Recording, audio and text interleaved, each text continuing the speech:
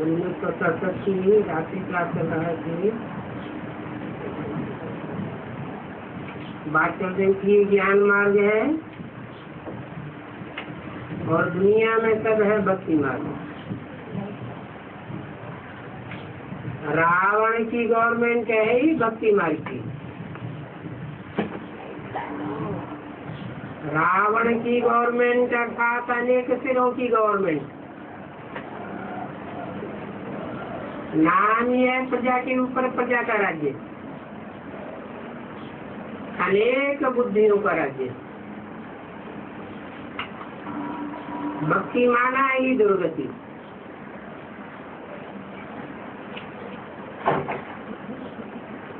क्योंकि जब अनेक राज्य करने वाले राजा हैं तो यथा राजा तथा प्रजा सब में अनेकता भरी हुई है।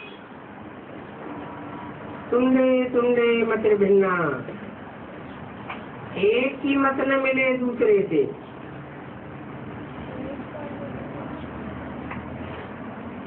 तुम कहीं भी जाकर के सुनो, सब भक्ति ही भक्ति करते हैं।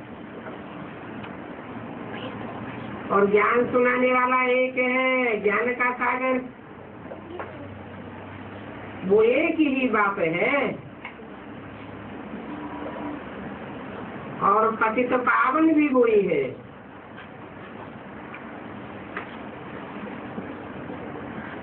पतितों को पावन बनाने वाला एक ही है। अभी ये बात किसी को पता नहीं है। और इसमें बड़ी मुश्किल बात ये है कि सभी देह की बुद्धि से चिपके हुए हैं। इस देह को भूलना है, अपन को आत्मा समझ बाप को याद करना और सबकी याद छोड़नी। बाप को याद करने का पुरुषार्थ करना, यही गुप्त मेहनत है। एक को याद करना और अनेकों रूपों को भूल जाना। काम काज करते, ससुर घर को देखते, बुद्धि में ये रहे ये दुनिया विनाश होनी है। अकेले आए थे, अकेले जाना है। अंत समय जो बाप को सिमरे, ऐसे बाप के चिंतन में जो मरे, वो मुक्ति, जीवन मुक्ति को पावे। बच्चे जानते हैं अभी ये नाटक पूरा होता है, सबको घर जाना है।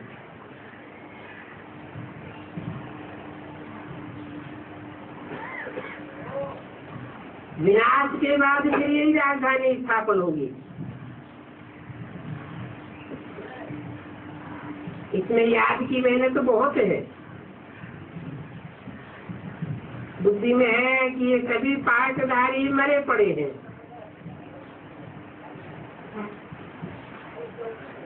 अब इन सब से क्या दिल लगानी है? सन्यासियों को गीता उठाने का हुक्म नहीं है, क्योंकि गीता है प्रवृत्ति मार्ग का शास्त्र। सन्यासी तो निवृत्ति मार्ग के हैं। गीता में जो ज्ञान दिया गया है, नरार्जुन गृहस्थी को दिया गया है। गृहस्थी के अलावा अगर कोई उठाते भी है तो उस ज्ञान को समझ न पाने के कारण फिर भी कौरवों का, यादवों का साथ देते। ऐसे तो ये गीता है सब शास्त्रों का माई बाप। बाकी सब शास्त्रों की रचना है। उन रचना रूपी शास्त्रों से तो भरोसा नहीं मिल सकता। और अभी तो ये गीता भी झूठी है।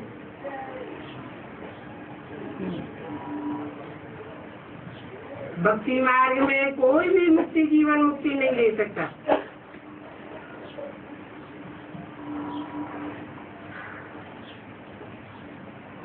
तुमने सारी भक्ति की है, अभी तो हम भक्ति को छोड़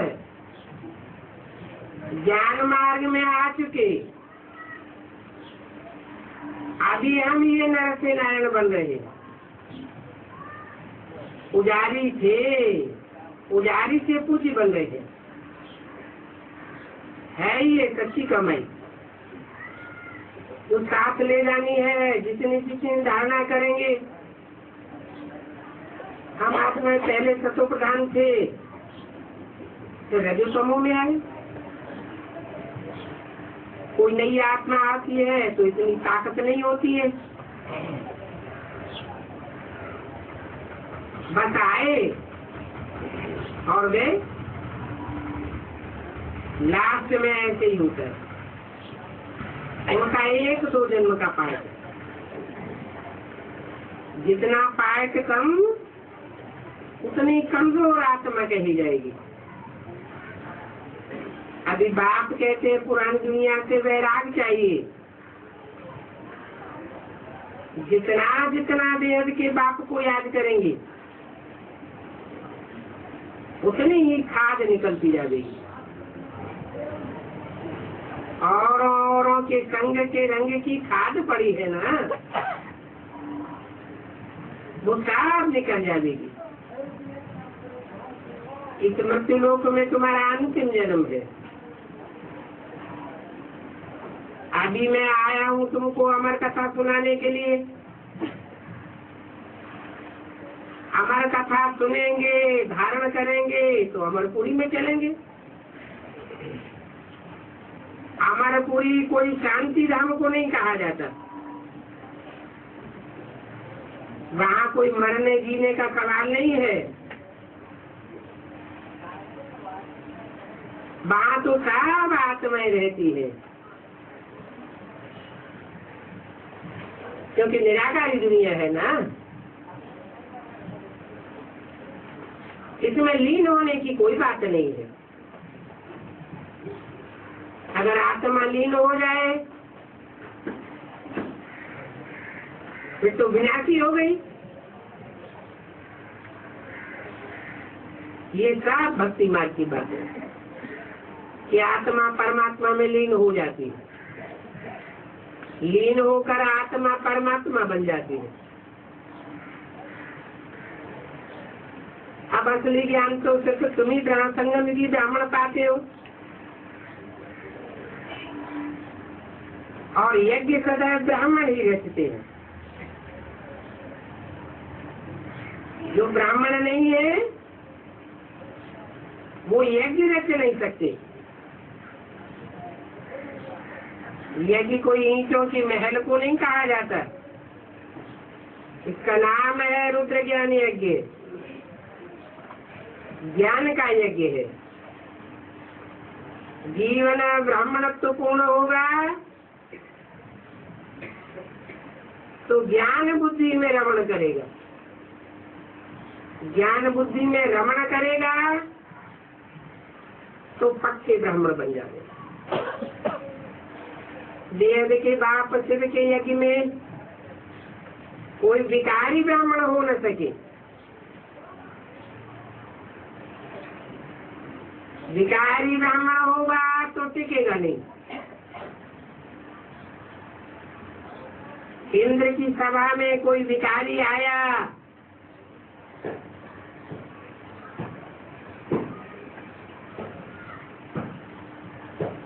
तो क्या हाल हुआ?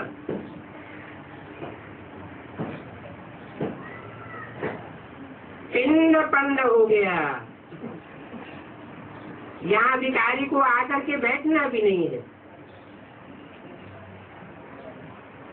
क्योंकि ये ईश्वर की सभा है। इसमें कोई आकर के छिप करके बैठेंगे तो आगे चल करके और ही धोखा खा देंगे। पत्थर बुद्धि बन जाएंगे। बोलो, ये जो प्रदर्शनी आदि करते हैं ये सभी ज्ञान से ताल्लुक रखती है। इनका भक्ति से कोई कनेक्शन नहीं है। उनके कान में पूरा मंत्र देना चाहिए। शिव बाबा कहते हैं कि मैं पतित पावन आया हुआ हूँ, मेरा टाइटल है पतित पावन। तो कोई बीच में थोड़े ही चला जाऊंगा, ज्ञान देकर थोड़े ही चला जाऊंगा। जैसे और धर्म पिताएं आते हैं, अपनी अपनी धारणाएं सुनाते हैं, धर्म की स्थापना करते हैं और चले जाते हैं। दुनिया में परिवर्तन तो नहीं होता।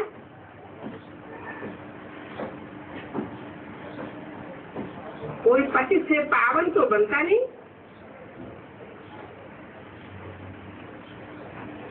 अभी मैं आया हूँ सब पतितों को पावन बनाने के लिए। अभी पवित्र बनना है जरूर, दैवी गुण भी धारण करने, विकारों को छोड़ना है। जब तुम शूद्र थे तो राहु का ग्रहण था, अभी फिर बृहस्पति की दशा बैठी है। इस दशा में भी कोई ऊपर नीचे होते रहते, कोई को शुक्र की दशा, कोई को राहु की दशा, कोई की क्या दशा। मनुष्य मात्र सब याद करते हैं हे पतित पावन आओ, क्योंकि पावन तो कोई नहीं है ना। बाप भी कहते हैं साधु जिनका नाम है, उन साधुओं का भी मैं आकर के उद्धार करता हूँ।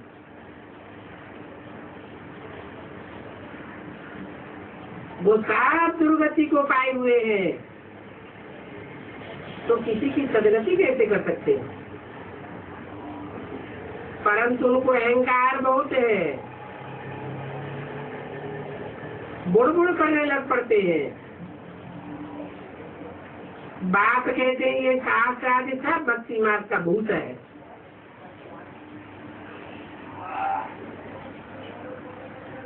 इसमें से सार की बातें निकाल कर मैं बताता हूँ। ऐसे बहुत आते हैं, समझते हैं कृष्ण भगवान नहीं है, शिव भगवान है,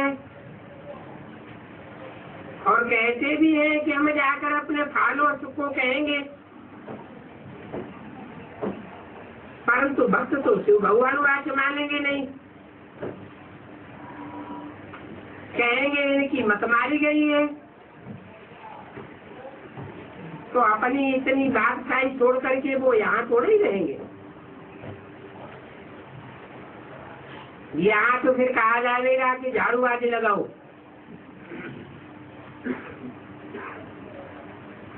वहाँ तो बड़े आराम से रहते हैं, खाते हैं, पीते हैं।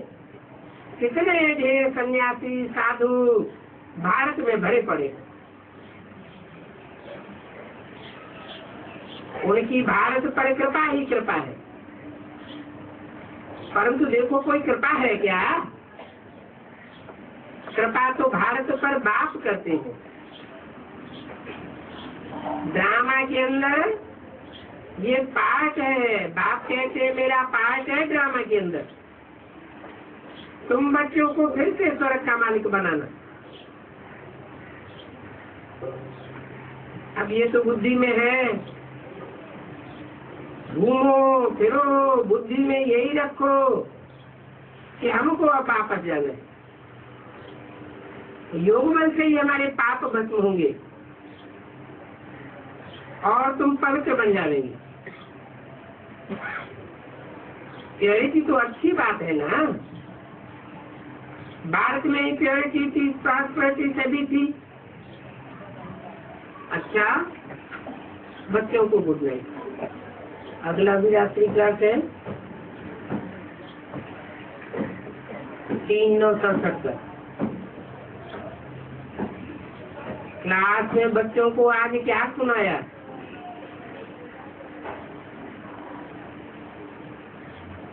उन्होंने कहा सर्विस का समाचार सुनाया। अच्छा, सर्विस समाचार किसने सुनाया और किसने सुना? जीवात्मा ने सुनाया, जीवात्मा ने सुना।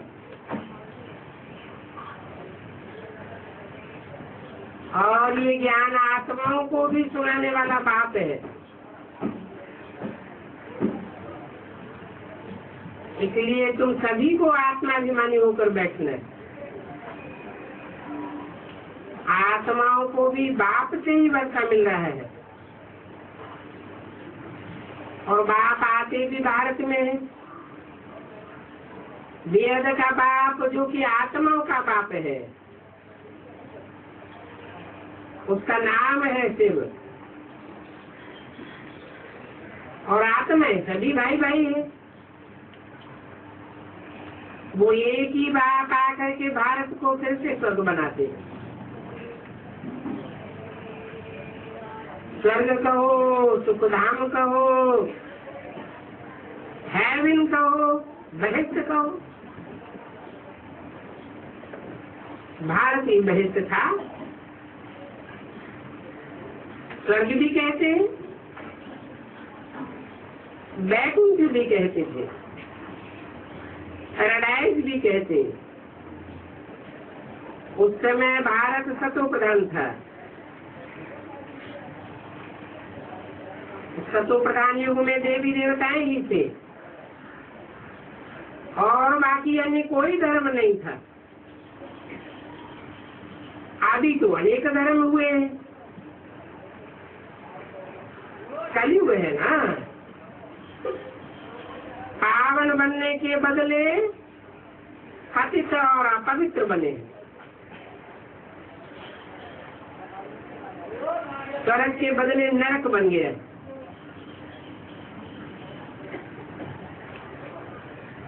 हेवन के बदले हेल बन गया है।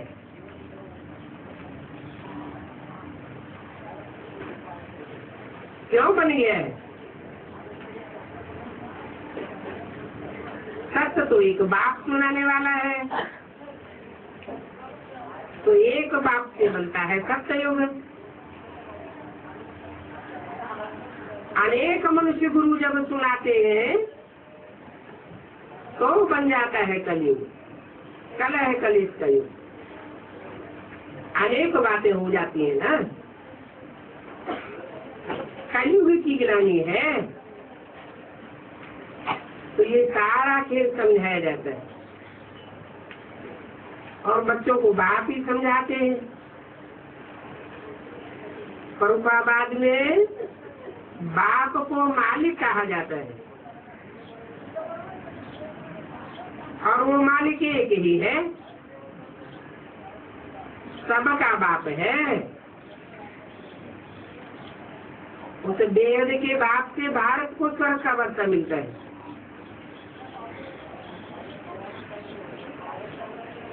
बाकी सभी को मिलती है मुक्ति।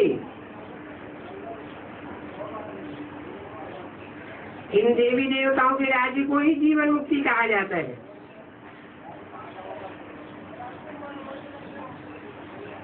और इसको स्वर्ग भी कहा जाता है।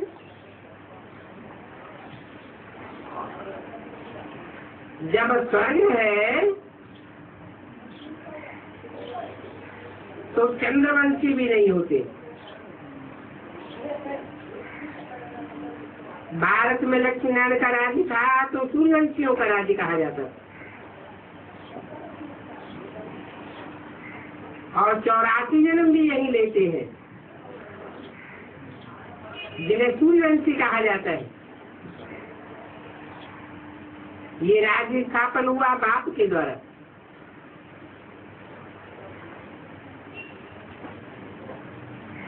कृष्ण से इसकी स्थापना नहीं हुई। न कृष्ण को मालिक कहा जाता है न बाप कहा जाता है। राम को ही बाप कहा जाता है। तो ये बड़ी भूल है। कृष्ण को तो कोई भी धर्म वाला बाप नहीं मानेंगे। बच्चों को समझाया जाता है कि कृष्ण को ही घोड़ा और सांवरा कहते हैं। कृष्ण की आत्मा पवित्र शत्रु प्रधान है तो गोरी कही जाती है।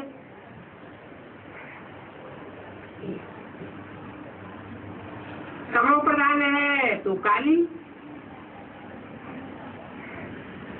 84 जन्म लेते लेते काम शिक्षा पर बैठ सांवरी बन जाते हैं ना।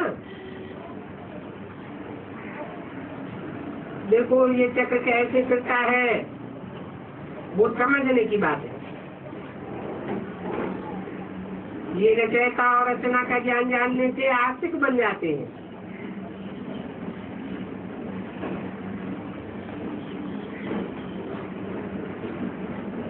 रचयिता कौन है और रचना कौन है, इसके बारे में पुराने ऋषि मुनि भी नहीं जानते, तो नास्तिक ठहरे ना।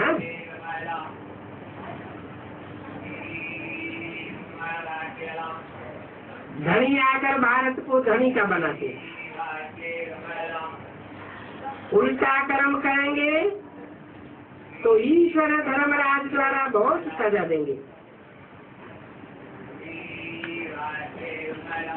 इसलिए डर रहता है।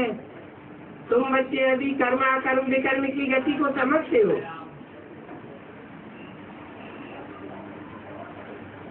जानते हो ये कर्मा कर्म हुआ। बाप की गहरी याद में कर्म करेंगे तो उसका कोई प्रभाव नहीं पड़ेगा, अकर्म हो जाएगा।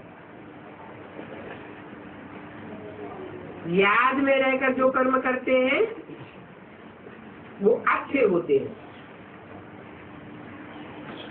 रावण राज्य में तो मनुष्य बुरे काम ही करते हैं, क्योंकि रावण के राज्य में है ना। जिसका राज्य होता है उससे प्रजा प्रभावित हो जाती है। प्रजा माना ही प्रभावित। राम राज्य में कब बुरा काम नहीं होता है। अभी श्रीमत तो मिलती रहती है, कहाँ बुलावा होता है, ये करना चाहिए व ना करना चाहिए।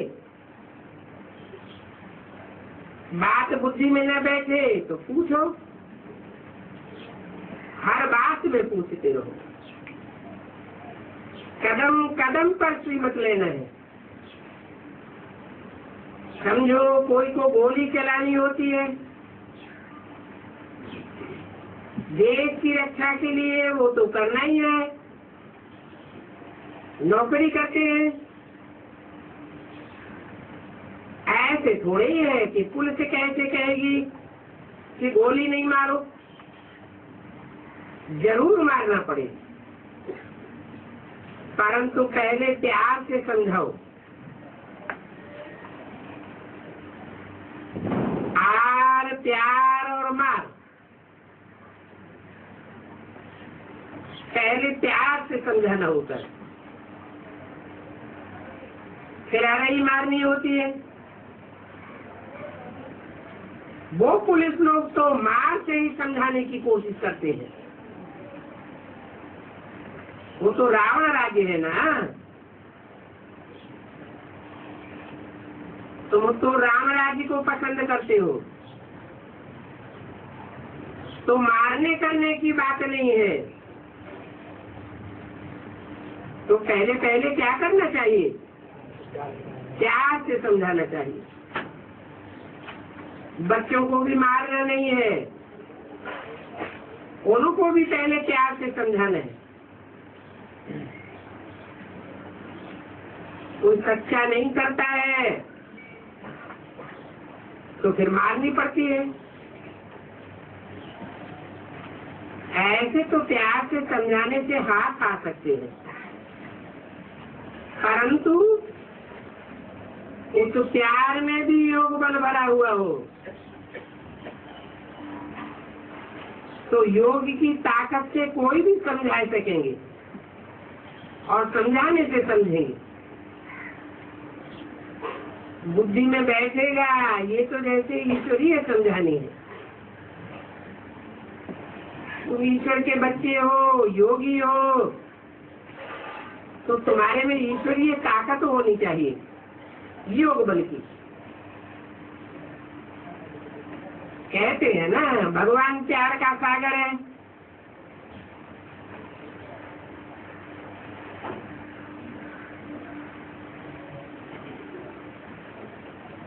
इसलिए अन्याय कोई नहीं हो सकता। अब तुम प्यार का पूरा वर्षा ले रहे हो, और वर्षा लेते लेते पुरुषार्थ करते करते फिर नंबर बार प्यारे बन जाएंगे। बाप कहते हैं किसको भी दुख नहीं दो। अगर दुख देते रहेंगे तो अंत में दुखी होकर के मरेंगे। बाप प्यार का रास्ता बताते हैं। मनसा में प्यार की बातें आने से शिकल में भी वो प्यार समाया जाता है।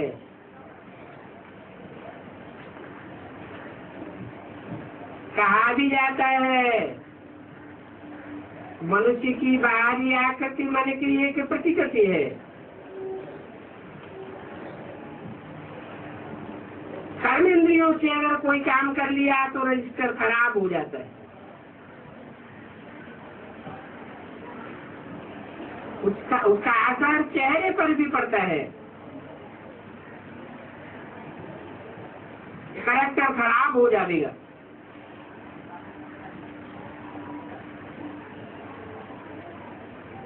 देवताओं का गायन है, इसलिए बाबा कहते हैं देवताओं को पुजारियों को समझाओ।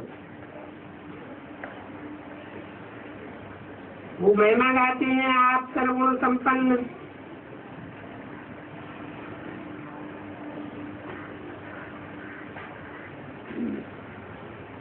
चाल भी सुनाते हैं।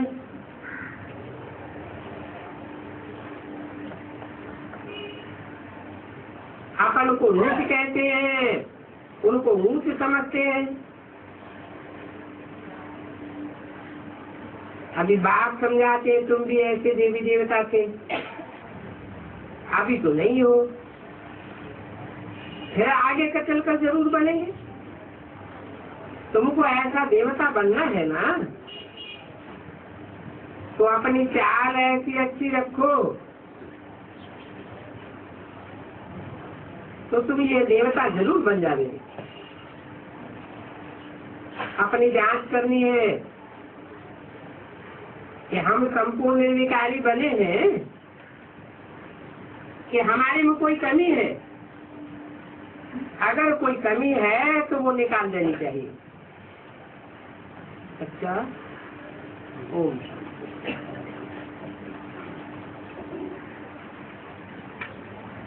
आज का प्रातः क्लास है 5/9/67। मीठे मीठे रूहानी बच्चे सहज याद में बैठे हैं।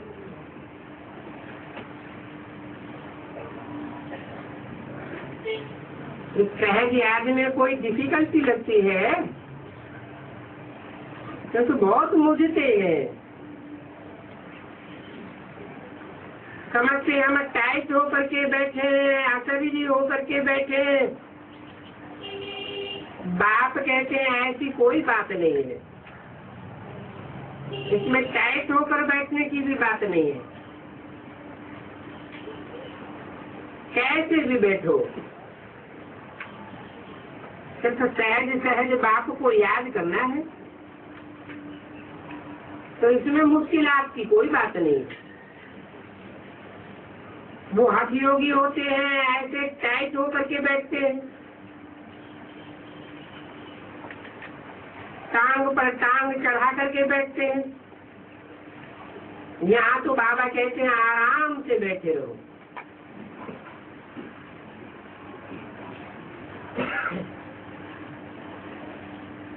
यहाँ कोई देह की कसरत नहीं सिखाई जाती, ये तो बुद्धि की बात है। बाप की याद और 84 के चक्कर को याद कर रहे हैं। सहज याद है, उठते बैठते बुद्धि में याद बनी रहे।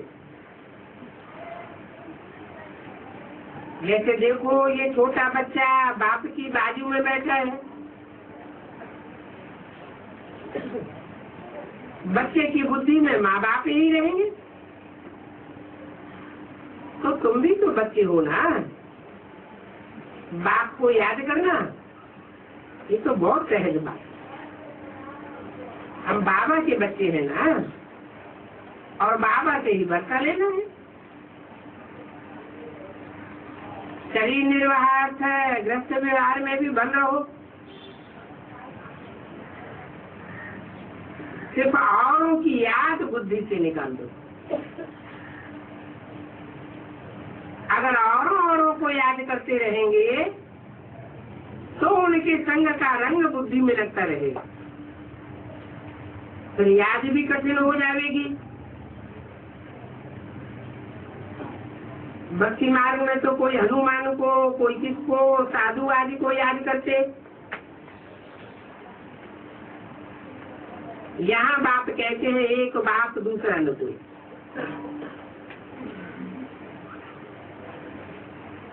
ये भी नहीं कहते इस ब्रह्मा को याद करो,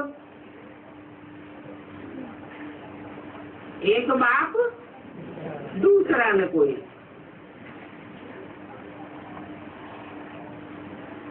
पूजा के लिए पुजारी को मंदिर आदि में जाना पड़ता है।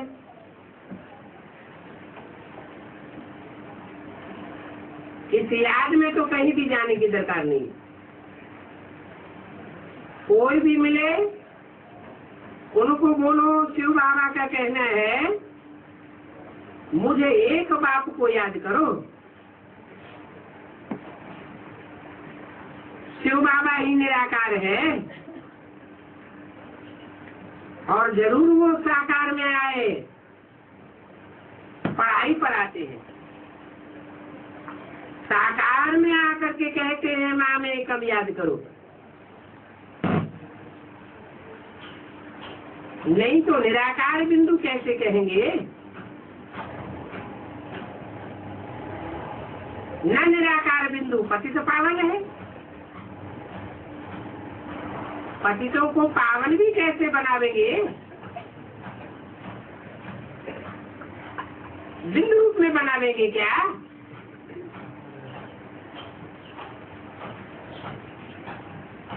ये तो रैट अक्षर है, पतितों को पावन बनाने वाला। बाप कहते मुझे याद करो तो तुम पतित से पावन बन जाएंगे, परंतु माँ में कम याद करो। अभी तुम सब पतित हो, ये सारी दुनिया ही पतित तमो प्रधान है, और पतित दुनिया में सब पतित होते हैं, एक भी पावन नहीं। इसलिए बाप कहते हैं कोई भी देहधारी को याद नहीं करो, माँ में कम याद करो। ये तो अच्छी बात है ना। यहाँ कोई गुरु आदि की महिमा नहीं करते हैं। बाप सिर्फ कहते हैं मुझे याद करो तो तुम्हारे सारे पाप कट जाएंगे। ये है योग बल, इसे योगाग्नि भी कहा जाता है।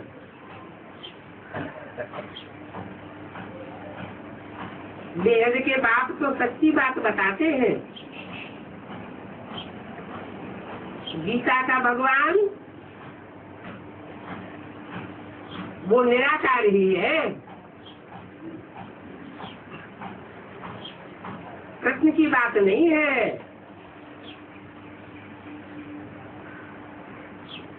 कृष्ण पहले जन्म में कृष्ण है, अंतिम जन्म में बाप आते हैं।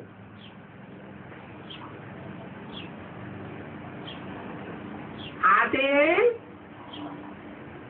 तो प्रश्न अंतिम जन्म में रचयिता है या रचना है? प्रश्न तो रचना है। इसलिए भगवान कहते हैं कि पहली रचना तो माता होती है, बाप निराकार होता है।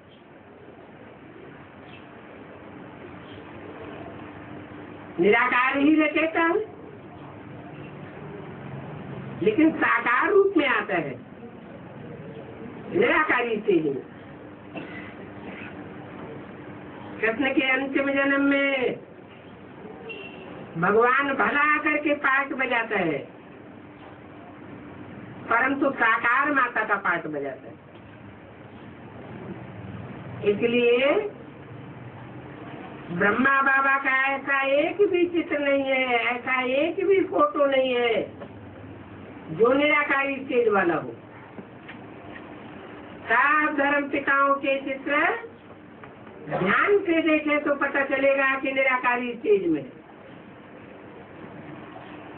हर धर्म के धर्म पिताएं बीज रूप हैं, निराकार हैं, स्टेज से ही जाहिर हो जाता है। तो गीता का रचयिता भगवान कृष्ण निराकार नहीं हो सकता। इसलिए भगवान सिर्फ कहते हैं मुझे याद करो।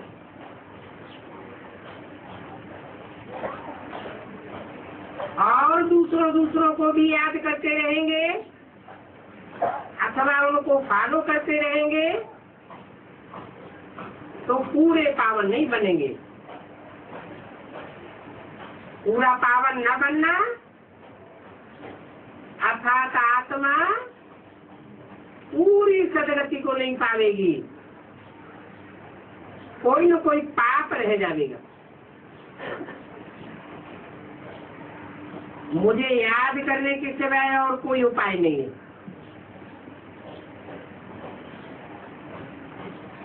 पावन होकर के जाएंगे तो उच्च पद पावेंगे, पावन होने में कमी रह जाएगी तो पद भी नीचे गिर जाएगा। इसलिए कहते हैं, सिखाते हैं कि एक शिव बाबा दूसरा न कोई। अगर दूसरा कोई याद करता रहे आता रहेगा तो कम पद हो जाएगा। हम तुमको बाप का संदेश देते हैं, बोलो मैं संदेश ही हूँ। बाप के संदेश में अथवा समझाने में कोई तकलीफ नहीं है। माताएं हिल जाए कुब जाए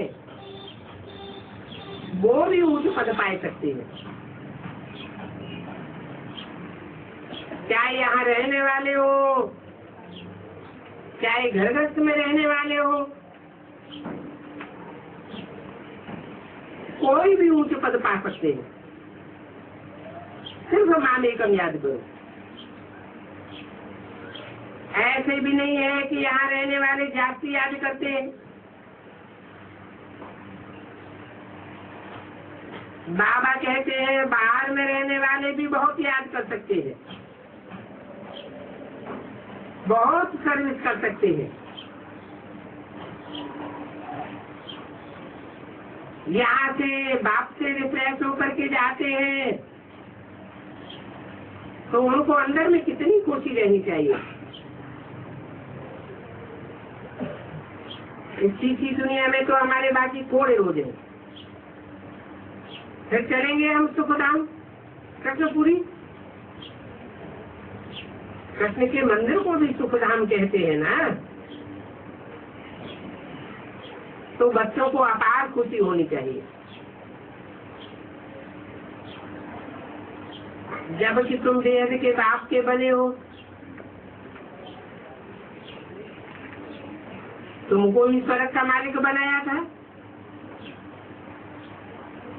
तुम कहते भी हो हम बाबा आपसे 5000 वर्ष पहले भी मिले थे, अनेक बार मिले हैं और फिर भी मिलते रहेंगे।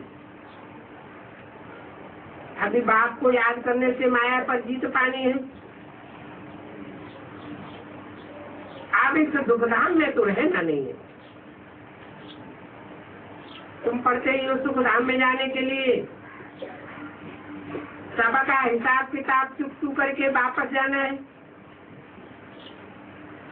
अभी मैं आया हूँ हेवन नई दुनिया स्थापन करने के लिए। नई दुनिया स्थापन होगी तो बाकी सब आत्माएं चली जाएंगी मुक्ति धाम। बाप कहते मैं कालों का काल हूँ, सबका शरीर छुड़वाए और आत्माओं को ले जाऊंगा।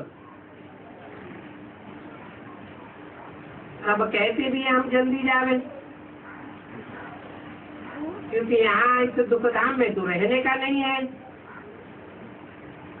ये पुरानी दुनिया है, पुराना शरीर है। तो बाप कहते हैं अब सबको ले जाऊंगा, किसी को भी छोड़ूंगा नहीं। तुम सबने बुलाया ही है, हे पतित पावन आओ। बल याद करते रहते हैं परंतु अर्थ कुछ भी नहीं समझते। पतित पावन की सिर्फ धुन लगाते रहते हैं, फिर कह देते हैं रघुपति राघव राजा राम। अब शिव बाबा तो राजा बनते नहीं है, वो राजाई भी करते नहीं है। उनको राजा राम कहना राम हो जाता है।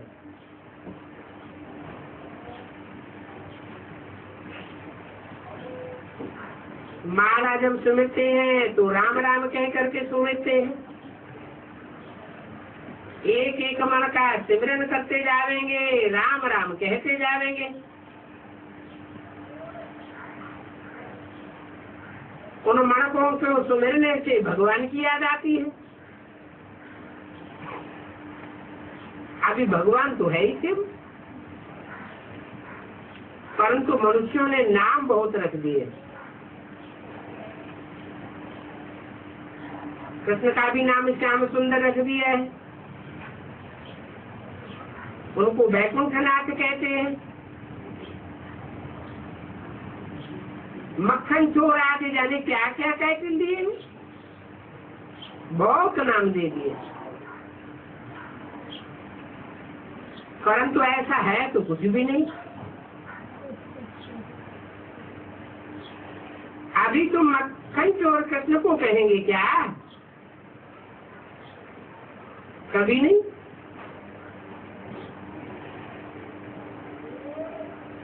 इनको कृष्ण ने भगाया क्या? कैसे राम की सीता चुराई गई, परंतु ये तो ग्लानि करते रहते। बाप आए समझाते हैं ये कभी हुआ नहीं है।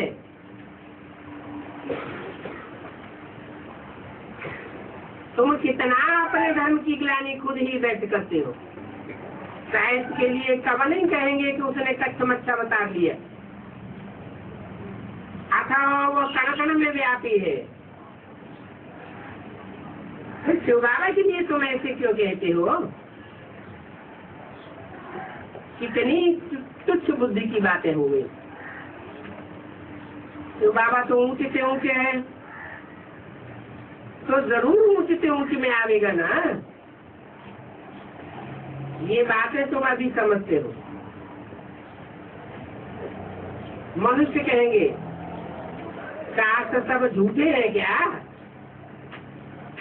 अरे शास्त्रों में जो बातें हैं वो सब हो कैसे सकती है? कितनी ग्लानि कर दिए, लिखा हुआ भी है यदा यदा हि धर्मस्य ग्लानिर्भवति। ये बात भी भगवान बात है ना। भगवान तो एक ही निराकार है, कोई भी देहधारी को भगवान नहीं कहा जा सकता। जिसकी बुद्धि देह में धरी रहती है वो भगवान कैसे हो सकता है?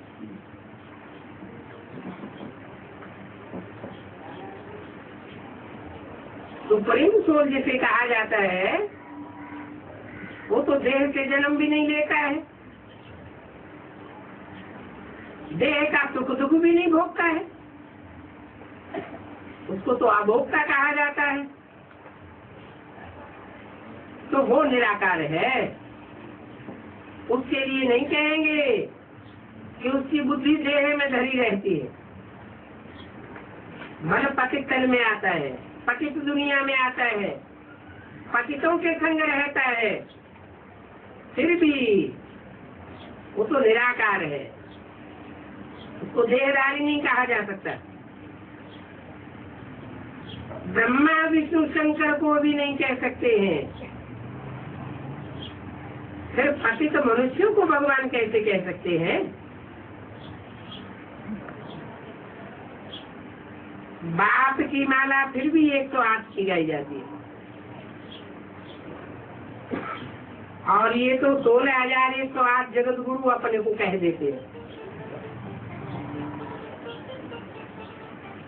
पाग और ही ऊंची बढ़ाई दी। आजकल तो माइया भी निकली है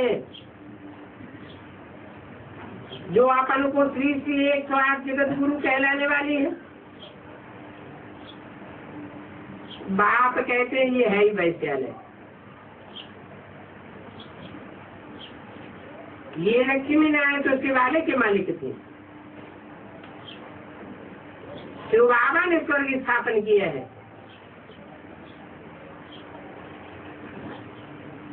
उनके ये मालिक हैं।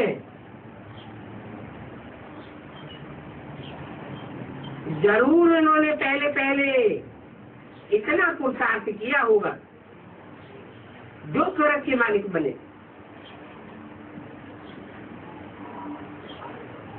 इसको कहा जाता है कलयुग का अंत और सतयुग आदि का संगम युग। ये कल्प का संगम युग है। मनुष्यों ने फिर युगे युगे कह दिया है। हर युग के बीच में संगम। अवतार नाम भी भूल करके ठिक्कर भिक्कर में ठोक देते हैं। अभी भक्ति कितनी बेविचारी हो गई,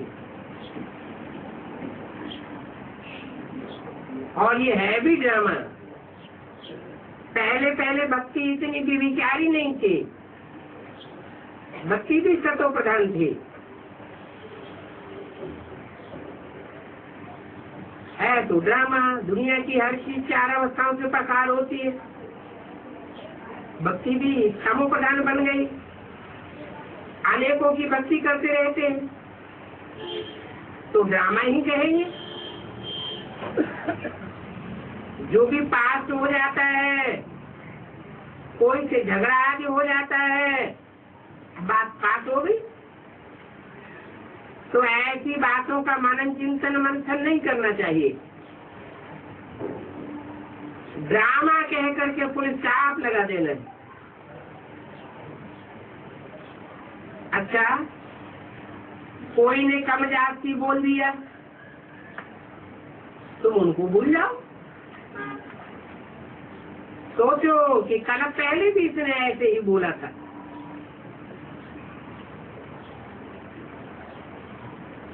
अगर ये बात याद नहीं रखेंगे तो फिर बिगड़ते रहेंगे। ऐसी ऊपर नीचे करने वाली बातों को कब बोलो भी नहीं। आपस में बैठ करके वर्णन भी न करो।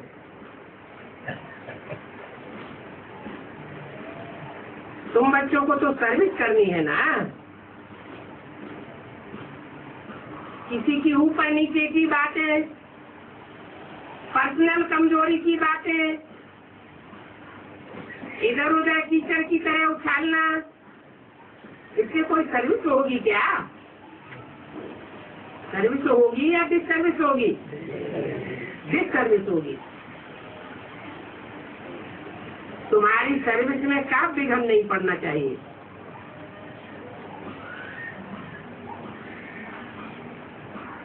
सर्विस में कमजोरी नहीं खानी चाहिए।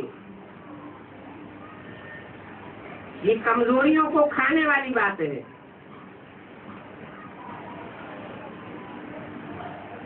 पर चिंतन पतन की जड़ कही जाती है। पहले तो पर चिंतन करने वाले का पतन होता है, नीचे गिरते जाएंगे, मड़का नीचे उतरता जाएगा। यहाँ तो शिव बाबा की सर्विस करनी है। देहधारियों का चिंतन नहीं करना है। इस बात में जरा भी कोताही नहीं करनी चाहिए। इस बात में कि हमें तो शिव बाबा की सर्विस करनी है, शिव बाबा की महिमा करनी है, नहीं तो बहुत अपना पद भ्रष्ट कर देंगे। बाप के मददगार बने हो तो बाप को पूरी मदद देनी।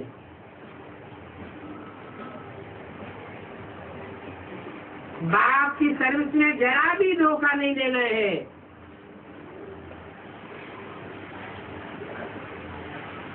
बाप का पैगाम सबको पहुंचाना है।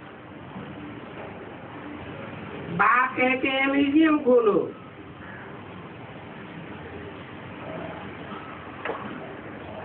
इनका नाम ऐसा रखो जो मनुष्य आए देखे, अंदर घुस जाए और आकर के समझे, क्योंकि ये म्यूजियम है नई चीज।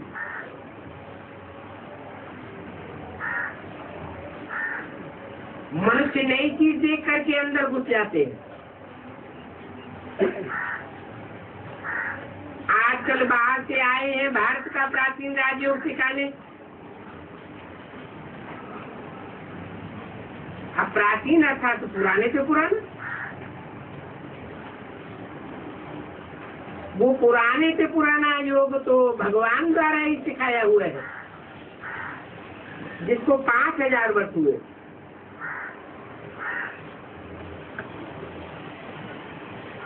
सत्युग त्रेता में तो योग होता ही नहीं है, क्योंकि जिसने सिखाया वो तो चला गया। फिर जब 5000 वर्ष के बाद आ जाएगा तब ही आए राजयोग सिखा देगा। तो प्राचीन अर्थात 5000 वर्ष पहले भगवान ने ही सुनाया था। शास्त्रों में भी लिखा हुआ है 5000 वर्ष पहले महाभारत युद्ध हुआ, भगवान ने आए गीता ज्ञान सुनाया।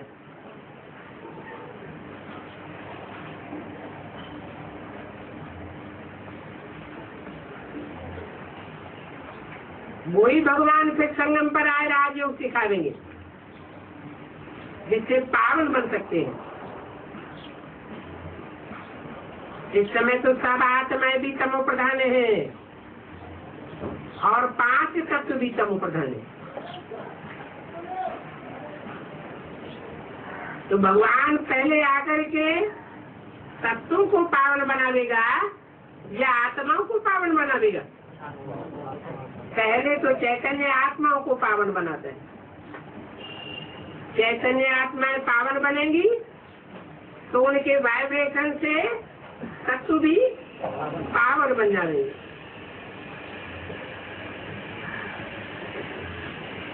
ये 5 तत्व भी कितना नुकसान कर देते हैं।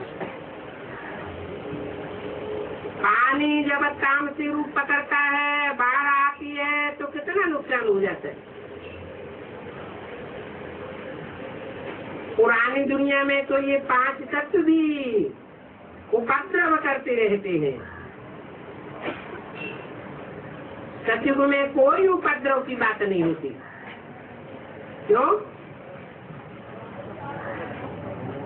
वहाँ प्रकृति सतो प्रधानी क्यों रहती है? क्योंकि आत्माओं की प्रकृति, आत्माओं का स्वभाव संस्कार भी सतो प्रधान होता है। वहाँ प्रकृति सिर्फ दासी बन जाती है। तो समझो मनुष्य की प्रकृति भाव स्वभाव सात्विक बन जाएंगे तो प्रकृति दासी बन जाएगी। अभी मनुष्य का स्वभाव और संस्कार तामसी होता जाता है तो प्रकृति भी तामसी बनती जाती है। कितने उपद्रव होते रहते हैं दुनिया में। यहाँ तो देखो ये प्रकृति भी दुश्मन है, 5 विकार भी दुश्मन है।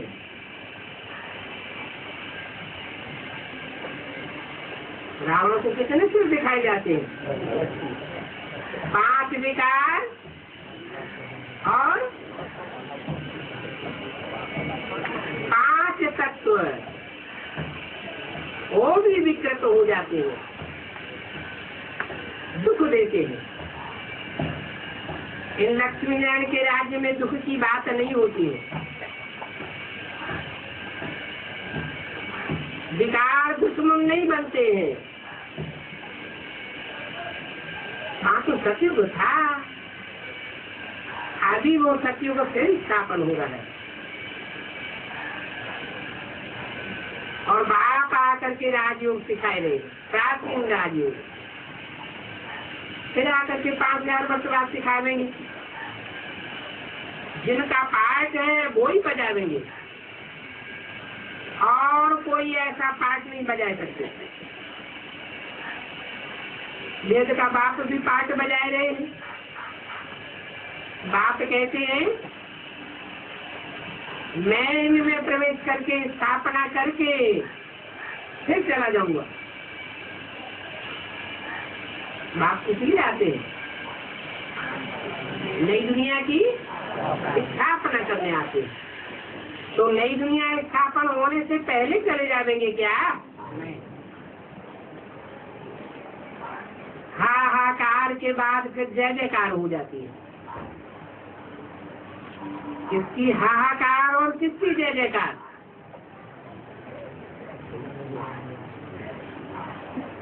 जो सच्चे होते हैं उनकी जय जयकार होती है और जो झूठे होते हैं उनके लिए दुनिया हाहाकार करती है।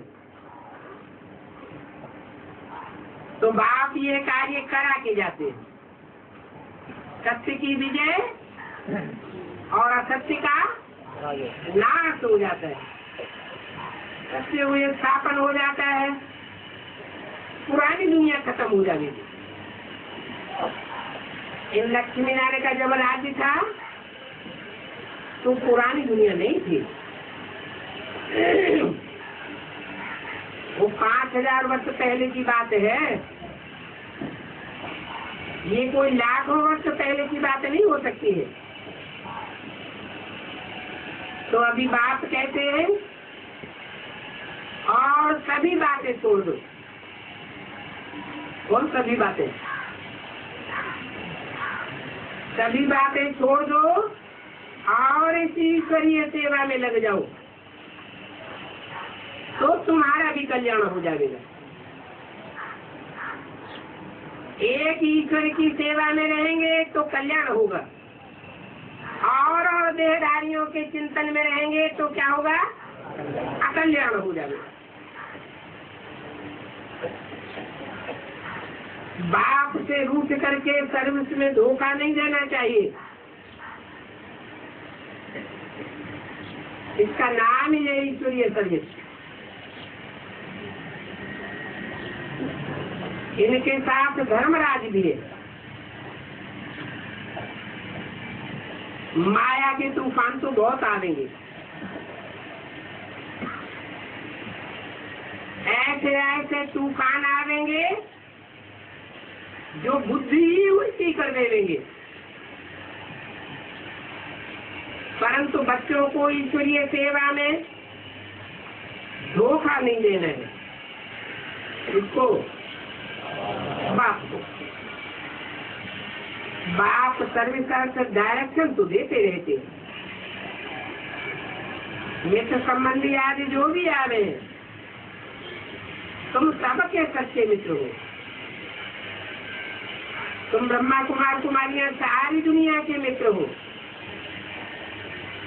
क्योंकि तुम बाप के मददगार हो। तो मित्रों में कोई शत्रुता नहीं होनी चाहिए। कोई भी बात निकले, क्या कहा, कोई भी बात निकले माना, बातें तो बहुत ढेर सारी निकलती हैं। इसने ऐसा किया, उसने वैसा किया, व्यक्तिगत गिलानियां तो निकलती रहती है ना।